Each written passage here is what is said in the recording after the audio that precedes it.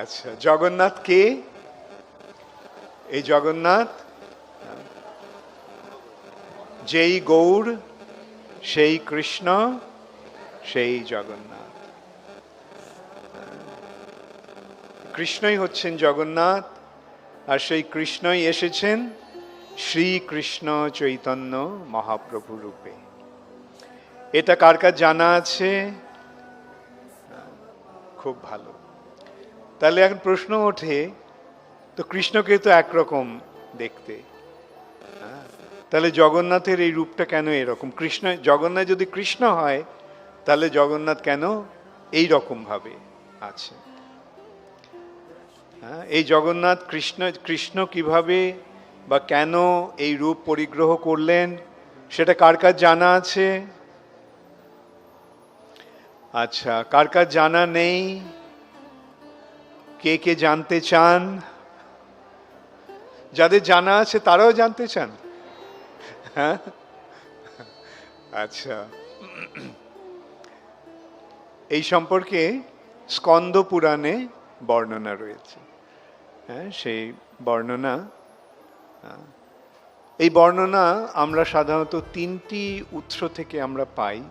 একটা হচ্ছে স্কন্দ পুরাণ, একটি হচ্ছে চৈতন্য চরিতামৃত, আরেকটি হচ্ছে আমাদের পরমারাধ্যতম পরম গুরুদেব শ্রীল ভক্তি সিদ্ধান্ত সরস্বতী ঠাকুরের বর্ণনা। যাক, তিনটে তো একসঙ্গে বলা যাবে না, আমি দেখছি কতটুকু বলা যায়। এমনিতে আমি শুনলাম যে প্রোগ্রাম আধ ঘন্টা পিছিয়ে আছে, তো আধ ঘন্টা পিছিয়ে আছে, তো আমি যদি আরো দেরি করিয়ে দিই তাহলে তো আরো দেরি হয়ে যাবে। তো আমি চেষ্টা করব আধ ঘন্টার মধ্যে যে পিছিয়ে আছে আমি আর বেশি সময় নেব না, তার মধ্যেই আমি যতটুকু পারি বলে নেব।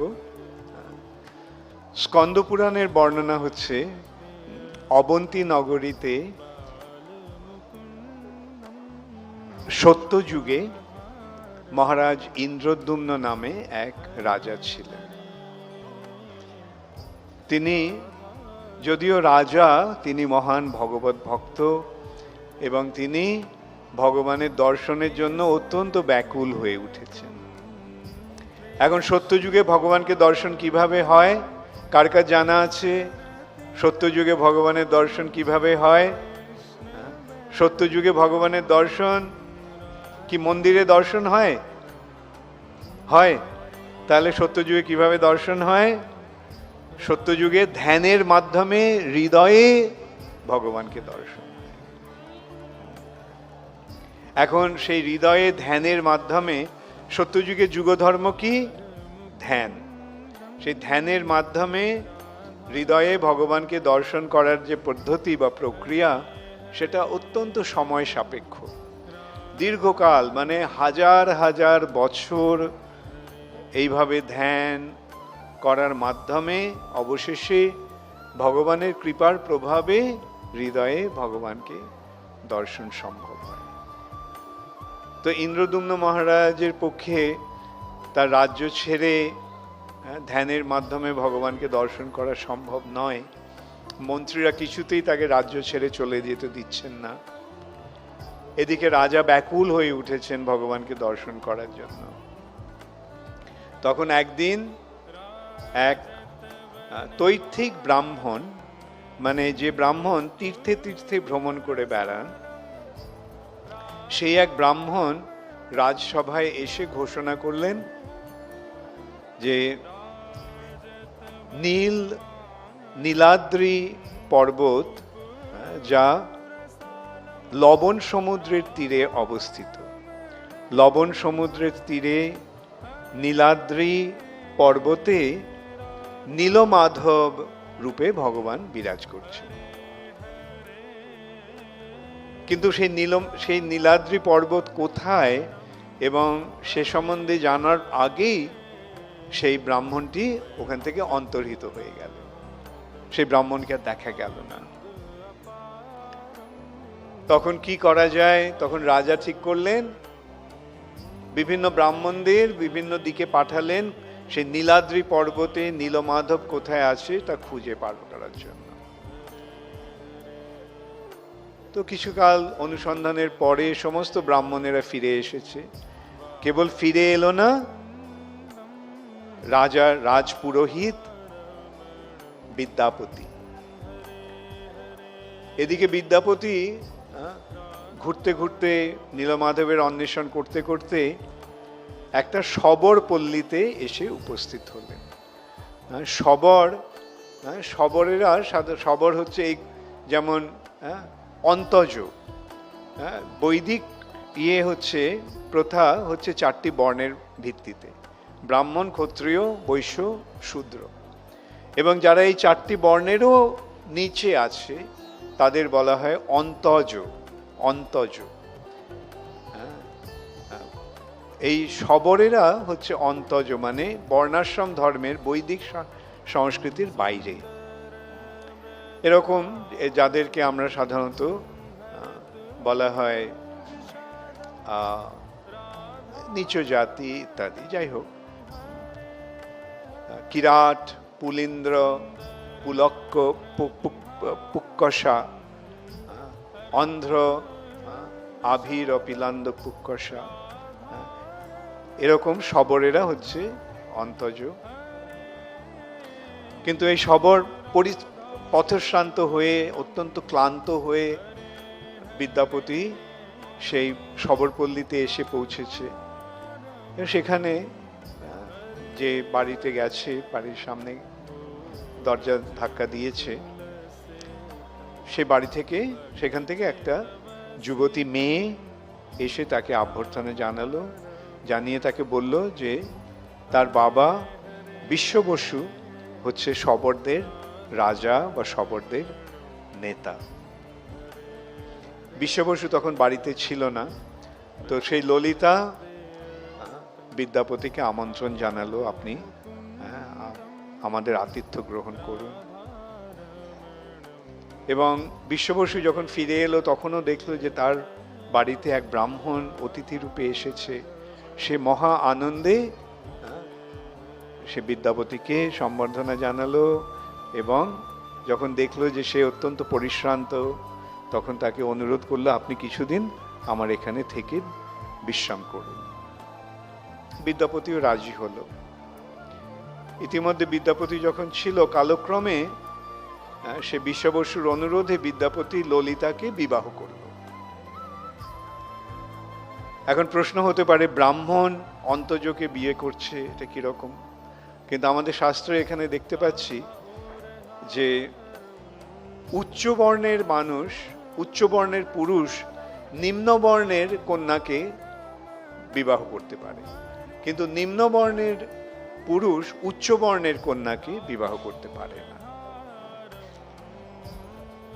তো যেহেতু নিচু বর্ণের, সুতরাং বিদ্যাপতির পক্ষে ললিতার বিবাহ অসঙ্গত হয়নি।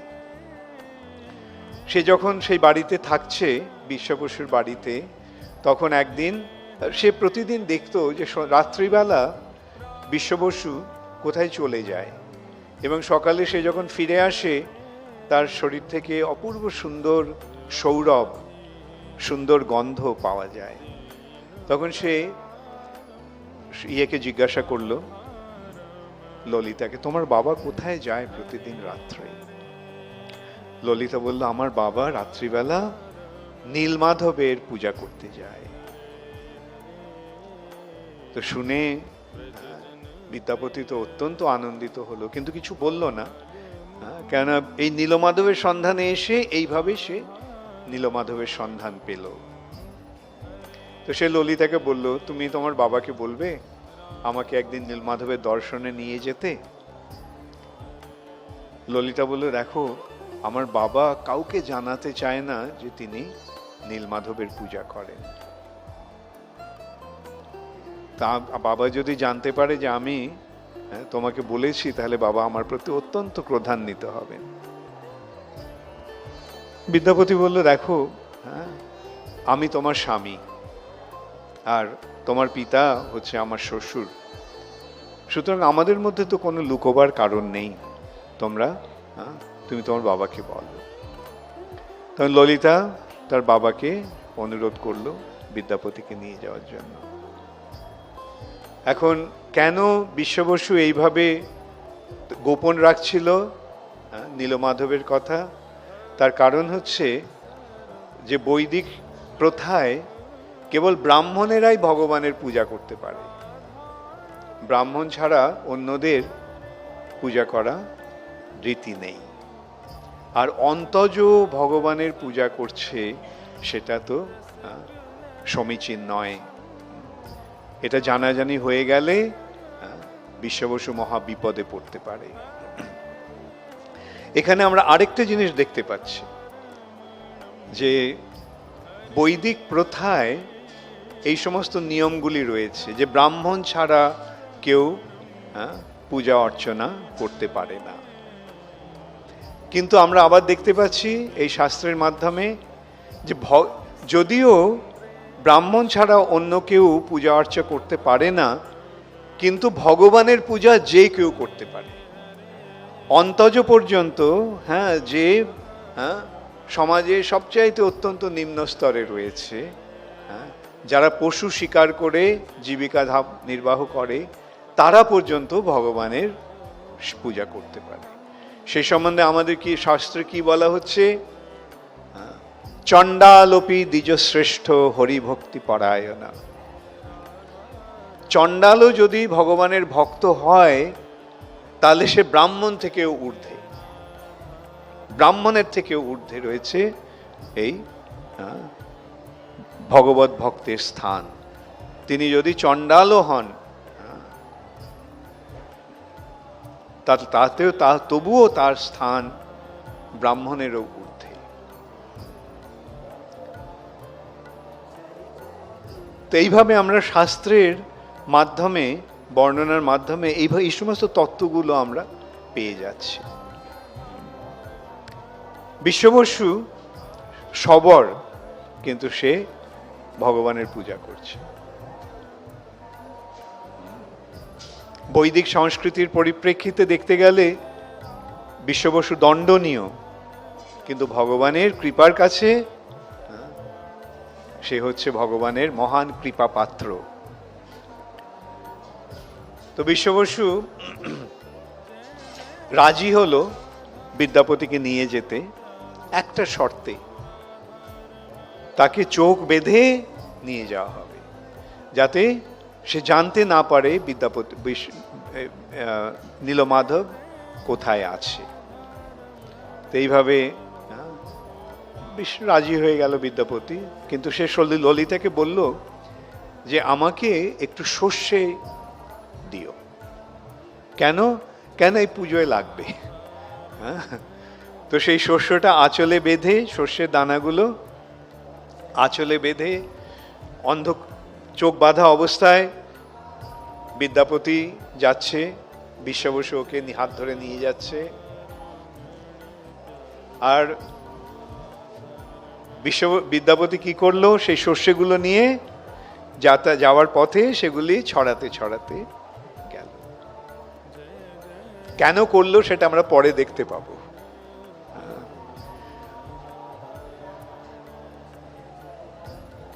সেখানে গিয়ে বিদ্যাপতি নীলমাধবের দর্শন করলো, অত্যন্ত বিমোহিত হয়ে গেছে ভগবানকে দর্শন করে। আর এদিকে বিশ্ববসু গেছে বন থেকে ফল ফুল সংগ্রহ করে আনতে ভগবানের পূজার জন্য। বিদ্যাপতি দাঁড়িয়ে ওখানে বসে আছে। হঠাৎ দেখলো যে ওখানে একটা পুকুর, সেই পুকুরের মধ্যে একটা কাক গাছ থেকে মরে গিয়ে কাকটা পুকুরের জলে পড়ল। আর জলে পড়া মাত্রই, জলে স্পর্শ হওয়া মাত্রই সেই কাকটি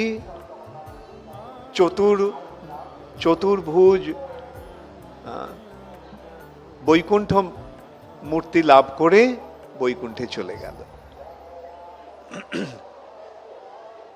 বিদ্যাপতি তো আশ্চর্য হয়ে গেছে যে এই স্থানটি এত পবিত্র, যে এই স্থানের জলটি এত পবিত্র যে সেই স্থানে জলের সংস্পর্শে আসার ফলে একটা কাক পর্যন্ত তার চিন্ময় চতুর্ভুজ রূপ প্রাপ্ত হয়ে ভগবত ধামে ফিরে গেল। তখন বিদ্যাপতি ভাবল, এই মহান সুযোগ আমি কেন ত্যাগ করব? আমিও আমার জীবন বিসর্জন দিয়ে আমি বৈকুণ্ঠ মুক্তি লাভ করি। কিন্তু তখন বিদ্যাপতি একটা আকাশবাণী শুনতে পেল। বিদ্যাপতি মহারাজ ইন্দ্রদ্যুম্ন নীলমাধবের সংবাদের প্রতীক্ষায় বসে আছে। এখন তো তোমার এইভাবে বৈকুণ্ঠে ফিরে যাওয়া উচিত নয়। তখন বিদ্যাপতি সংবরণ করলো, নিরস্ত হলো আত্মহত্যা করার থেকে। এদিকে বিশ্ববসু ফিরে এসে ভগবানের সেবার আয়োজন করছে। তখন বিশ্ববসু শুনতে পেল, বিশ্ববসু, আমি দীর্ঘকাল তোমার সেবা নিয়েছি, এখন আমি মহারাজ ইন্দ্রদ্যুম্নের সেবা গ্রহণ করব। ভগবানের প্রতি, নীলমাধবের প্রতি বিশ্ববসুর এতই হার্দিক আকর্ষণ, শোনা মাত্রই তার মনে হলো যেন তার সামনে সারা জগৎটা অন্ধকার হয়ে গেল। নীলমাধব তার সেবা ছেড়ে চলে যাচ্ছে। নীলমাধব এখন ইন্দ্রদ্যুম্ন রাজার সেবা গ্রহণ করবে। সে মনে করলো যে এটা নিশ্চয়ই এই ব্রাহ্মণ বিদ্যাপতির চক্রান্ত। বিদ্যাপতির প্ররোচনায় নীলমাধব এখন ইন্দ্রদ্যুম্নের সেবা গ্রহণের প্রয়াসী হয়েছে। তখন সে অত্যন্ত ক্রুদ্ধ হয়ে সেই অভিযোগ আনলো বিদ্যাপতিকে, বিদ্যাপতির কাছে। তুমি আমার নীলমাধবকে নিয়ে যাচ্ছ, এটা আমি কখনো হতে দেব না। আমি তোমাকে প্রাণে মেরে ফেলতাম যদি তুমি আমার জামাতা না হতে। তা আমি তোমাকে মারবো না, তবে আমি এখানে তোমাকে বেঁধে রেখে ফেলে যাচ্ছি, বন্য পশুরা এসে তোমার সদ্ব্যবহার করুক। এই বলে তাকে ওখানে বেঁধে রেখে সে বাড়ি ফিরে গেছে। একা ফিরে আসতে দেখে ললিতা তাকে জিজ্ঞাসা করলো, বাবা, তোমার জামাই কোথায়? বিশ্ববসু তখন সমস্ত ঘটনা তাকে বলল। যাই হোক, ললিতা তো তার পত্নী, তো ললিতা তখন আর্তনাদ করতে করতে বিদ্যাপতিকে খুঁজতে চলে গেল এবং অবশেষে সে জঙ্গলের মধ্যে বিদ্যাপতিকে খুঁজে পেল এবং তাকে সেই বন্ধন মোচন করে দিল এবং তখন বিদ্যাপতি ফিরে চলে গেল অবন্তী নগরীতে মহারাজ ইন্দ্রদ্যুম্নকে খবর দেওয়ার জন্য। মহারাজ ইন্দ্রদ্যুম্ন সেই খবর পেয়ে সৈন্য সামন্ত নিয়ে এসেছেন নীলাদ্রি পর্বতে নীলমাধবকে দর্শন করার জন্য। ইতিমধ্যে সেই শস্যের দানাগুলি শস্য গাছে পরিণত হয়ে গেছে। সেই গাছগুলো দেখে দেখে বিদ্যাপতি তার নীলমাধবের মন্দিরে পৌঁছলো, কিন্তু সেখানে গিয়ে দেখলো যে নীলমাধব নেই। ইন্দ্রদ্যুম্ন ভাবলো এই নিশ্চয়ই বিশ্ববসুর কাজ, সে নিশ্চয়ই নীলমাধবকে কোথাও লুকিয়ে রেখেছে। তো জিজ্ঞাসা করলো, কোনো উত্তর পেল না। তখন সে সারা গ্রামটাকে অবরোধ করলো যাতে তারা এইভাবে নির্যাতিত হয়ে, অর্থাৎ কোন রকম আহার এবং বস্ত্রের সংসার না করতে পেরে তারা অবশেষে স্বীকার করবে নীলমাধবকে তারা কোথায় লুকিয়ে রেখেছে। কিন্তু বিশ্ববসুও জানে না কোথায় নীলমাধব গেছে। তাই একদিন রাত্রে মহারাজ ইন্দ্রদ্যুম্ন স্বপ্নে দর্শন পেলেন যে নীলমাধব বলছেন, ইন্দ্রদ্যুম্ন, তুমি আমার নীলমাধব রূপে তুমি আমাকে আর দর্শন করতে পারবে না। এই রূপ অন্তর্হিত হয়ে গেছে, এই রূপ বৈকুণ্ঠে ফিরে গেছে। তবে আমি একটা কাঠ রূপে ভেসে এসেছি। দারু ব্রহ্ম, দারু মানে কাঠ, আর ব্রহ্ম এটা সাধারণ কাঠ নয়, এটা চিন্ময় কাঠ। এই চিন্ময় কাঠ রূপে আমি ভেসে এসেছি সমুদ্রে। তো সে স্বপ্ন দেখা মাত্রই মহারাজ ইন্দ্রদ্যুম্ন ছুটে গেল সমুদ্রে পারে, গিয়ে দেখে সত্যি সত্যি একটা বিশাল কাঠ এরকম ভেসে এসেছে সমুদ্রের জলে। তো সেটা সে ওঠাবার চেষ্টা করলো, একা তো ওঠাতে পারলোই না, অনেককে ডাকলো, তারাও তাদের সাহায্য নিয়ে ওঠানো গেল না। রাজা তার সমস্ত সৈন্য সামন্ত নিয়ে ওঠাবার চেষ্টা করলো, হাতি ঘোড়া সৈন্য সামন্ত, তাও সম্ভব হলো না। আবার মহারাজ ইন্দ্রদ্যুম্ন বিফল মনোরথ হলেন। এই কাঠের থেকে ভগবানের বিগ্রহ করার নির্দেশ এসছে, কিন্তু কাঠটাকে তো তোলাই যাচ্ছে না জল থেকে। তখন আবার ইন্দ্রদ্যুম্ন স্বপ্নে দর্শন পেলেন, নির্দেশ পেলেন যে এই কাঠটি যদি, এই কাঠের একটা প্রান্ত বিশ্ববসু ধরে, আরেকটা প্রান্ত বিদ্যাপতি ধরে, তাহলে এই কাঠটা তারা তুলতে পারবে। মহারাজ ইন্দ্রদ্যুম্ন বিশ্ববসু আর বিদ্যাপতিকে অনুরোধ করলেন, এবং যেই কাঠটি হাজার হাজার সৈন্য সামন্ত হাতি ঘোড়া নিয়েও তুলতে পারল না, বিদ্যাপতি আর বিশ্ববসু অনায়াসে সেই কাঠটি তুলে নিয়ে এলো। তখন মহারাজ ইন্দ্রদ্যুম্ন সমস্ত কাঠের কাজের শিল্পীদের ডাকলো, এই কাঠ থেকে ভগবানের শ্রী বিগ্রহ প্রকাশ করার জন্য। কিন্তু সেই সমস্ত শিল্পীরা যেইমাত্র তাদের যন্ত্র, এই বাটুলি, হাতুড়ি, বাটাল, ওই কাঠে স্পর্শ করা মাত্রই সেই যন্ত্রগুলো ভেঙে যেতে লাগলো। কেউ সে কাঠের উপরে একটা আঁচড়ও পর্যন্ত ফেলতে পারল না। বিফল মনোরথ হয়ে ইন্দ্রদ্যুম্ন মহারাজ অত্যন্ত বিমর্ষ হয়ে আছেন, কি করা যায় এখন, কেউই তো এই কাঠ থেকে কাটতে পারছে না। তখন একজন অত্যন্ত বৃদ্ধ সেখানে এলো, এসে বলল যে আমার নাম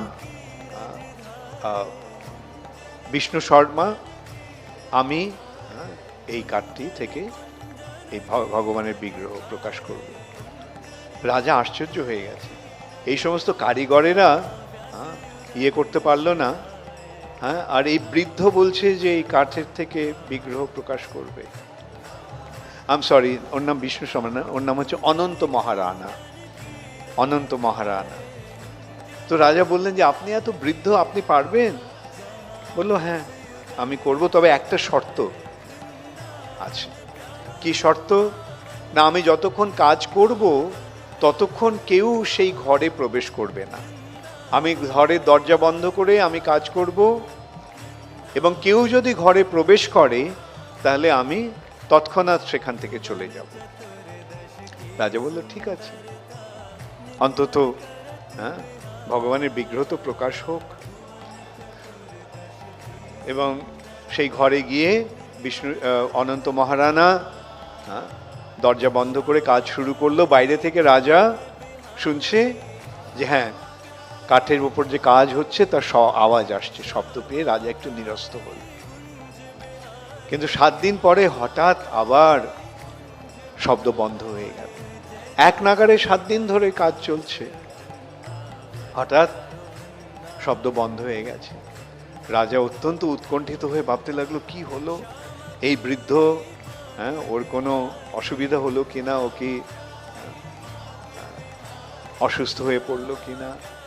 সেইভাবে অত্যন্ত একদিকে মনে করছে যে আমার তো প্রতিশ্রুতি দিয়েছি এই ঘরে কেউ প্রবেশ করবে না, আর এদিকে এই পরিস্থিতিতে না গেলেও তো নয়। তখন রাজা সেই ঘরের দরজা খুলে সেখানে প্রবেশ করলেন। প্রবেশ করে দেখলেন যে সেখানে 3টি অসমাপ্ত মূর্তি রয়েছে, আর সেই অনন্ত মহারানা ঘরে নেই। রাজা তখন ঠিক করলো যে তার যেহেতু আমার জন্য ভগবানের বিগ্রহ প্রকাশিত হলেন না, তাই আমি অনশন করে আমি আমার প্রাণ ত্যাগ করব। তাকে বলা হয় প্রায় উপবেশন। প্রায়োপবেশন। তো রাজা প্রায়োপবেশনে বসে আছেন, অন্ন জল কিচ্ছু গ্রহণ করছেন না। এইভাবে তিনি তার দেহত্যাগ করবেন। 3 দিন পরে রাজা স্বপ্নে দেখলেন যে ভগবান তাকে বললেন, স্বপ্নে নির্দেশ দিলেন, ইন্দ্রদ্যুম্ন, এটা আমার অসম্পূর্ণ রূপ নয়, এটা মনে করো না যে এটা আমার এই রূপটি অসম্পূর্ণ। এই রূপে আমি বৈকুণ্ঠে নিত্য বিরাজমান, এটি আমার নিত্য সচ্চিদানন্দ বিগ্রহ। তুমি এই রূপেই আমাকে পূজা করো, এই রূপেই আমাকে স্থাপন করে আমার আরাধনা করো। তখন ইন্দ্রদ্যুম্ন সেই ইয়ের আয়োজন করলেন।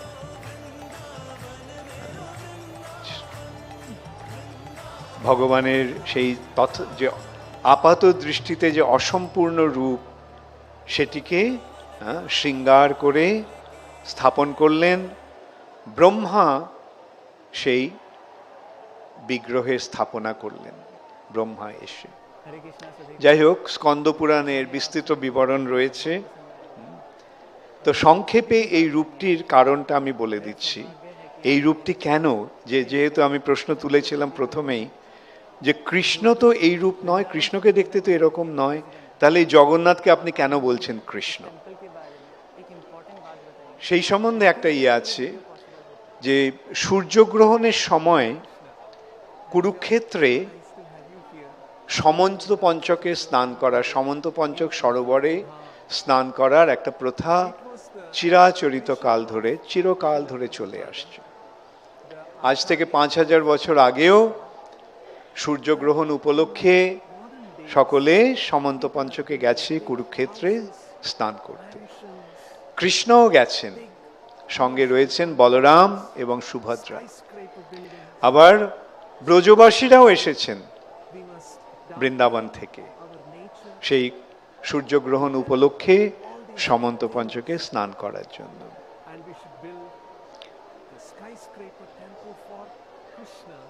সূর্যগ্রহণ হয়ে গেছে, সমন্ত পঞ্চকে স্নান হয়ে গেছে। পরের দিন যখন সকলে যাওয়ার উদ্যোগ করছে, ব্রজবাসীরা তখন শুনতে পেল যে কৃষ্ণ কুরুক্ষেত্রে এসেছে।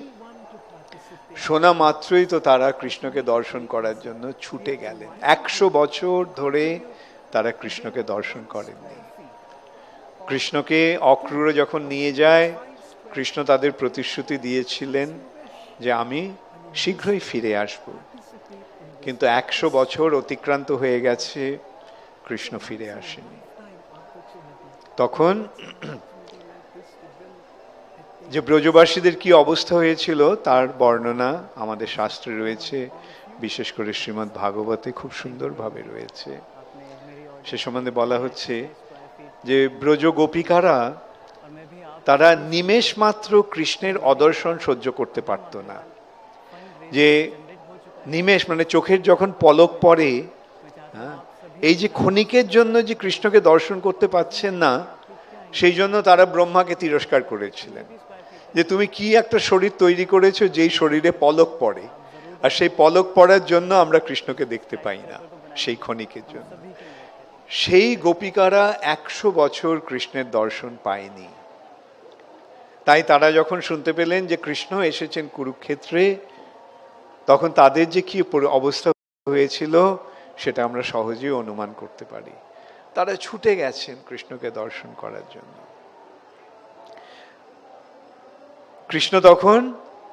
কৃষ্ণ যাওয়ার জন্য প্রস্তুত হয়েছে, রথে উঠে গেছে, রথ এখন ছাড়বে। সেই সময় ব্রজবাসীরা সেখানে এসে উপস্থিত হলেন। একদিকে কৃষ্ণকে দর্শন করে তাদের খুব আনন্দ হলো, কিন্তু রাধারানীর মনটা সন্তুষ্ট হলো না। রাধারানীর মনে মনোভাব, এই কি কৃষ্ণ? এ তো আমাদের কৃষ্ণ নয়। আমার যে কৃষ্ণ সে তো গোপবালক, রাখাল, আর এ তো রাজকুমার। আমার কৃষ্ণের মাথায় ময়ূরের পাখম, ময়ূরের পাখা, আর এর মাথায় রাজমুকুট। আমার কৃষ্ণের হাতে বাঁশি, আর এই কৃষ্ণের হাতে ধনুক বাণ তলোয়ার। আমার কৃষ্ণের গলায় বনফুলের মালা, এর গলায় কণ্ঠহার। আমার কৃষ্ণের পরনে পীতবাস, কিন্তু এর পরনে রাজপোশাক। আমার কৃষ্ণের সঙ্গে যখন আমার মিলন হতো সেই অপূর্ব সুন্দর স্নিগ্ধ পরিবেশে, বৃন্দাবনের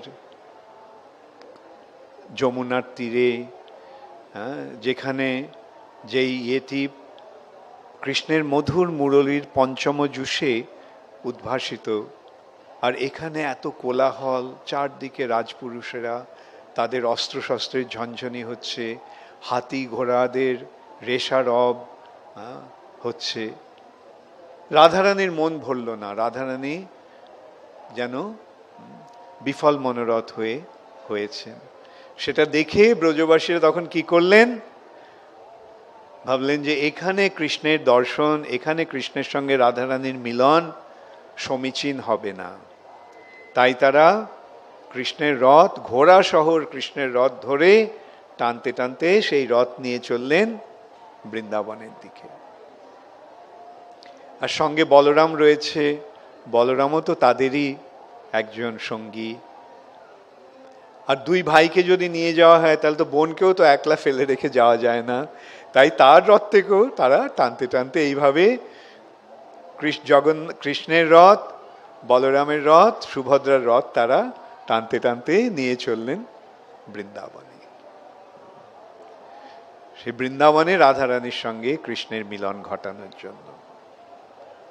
আর এদিকে কৃষ্ণ এত দীর্ঘকাল পরে এই ব্রজবাসীদের, তার অন্তরঙ্গ সঙ্গীদের দর্শন করে তারও এত আনন্দ হলো যে তার মুখ এক অপূর্ব সুন্দর হাসিতে উদ্ভাসিত হলো, তার চোখ দুটি পূর্ণ বিকশিত পদ্মের মতো প্রস্ফুটিত হলো, এবং তার হাত দুটি প্রসারিত হলো তার সেই ভক্তদের আলিঙ্গন করার উদ্দেশ্যে।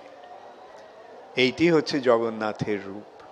কৃষ্ণ, এই জগন্নাথ, এই রূপে তিনি তার ভক্তদের সান্নিধ্য পেয়ে, ভক্তদের সান্নিধ্য লাভ করে তিনি আনন্দে আকুল হয়ে উঠেছেন, এবং সেই ভক্তদের আলিঙ্গন করার জন্য তিনি ব্যাকুল হয়ে উঠেছেন। সেইটি হচ্ছে এই জগন্নাথের রূপ। অতএব এই জগন্নাথ যে কৃষ্ণ, জগন্নাথের রথযাত্রার যে কি আয়োজন, সেটাও এইভাবে আমরা জানতে পারলাম। এই রথযাত্রা কৃষ্ণকে কুরুক্ষেত্রে দর্শন করার পর ব্রজবাসীরা কৃষ্ণকে নিয়ে যাচ্ছেন বৃন্দাবনে, সেখানে রাধারানীর সঙ্গে মিলন ঘটাবার জন্য। তাই ভক্তদের একমাত্র উদ্দেশ্য হচ্ছে কৃষ্ণকে রাধারানীর কাছে নিয়ে যাওয়া। কেননা কৃষ্ণের বিরহে রাধারানীর যে পরিস্থিতি, রাধারানীর যে অবস্থা, সেটা তারা সহ্য করতে পারে না। তাই তারা সব সময় রাধারানীর সঙ্গে কৃষ্ণের মিলন ঘটাবার আয়োজন করেন।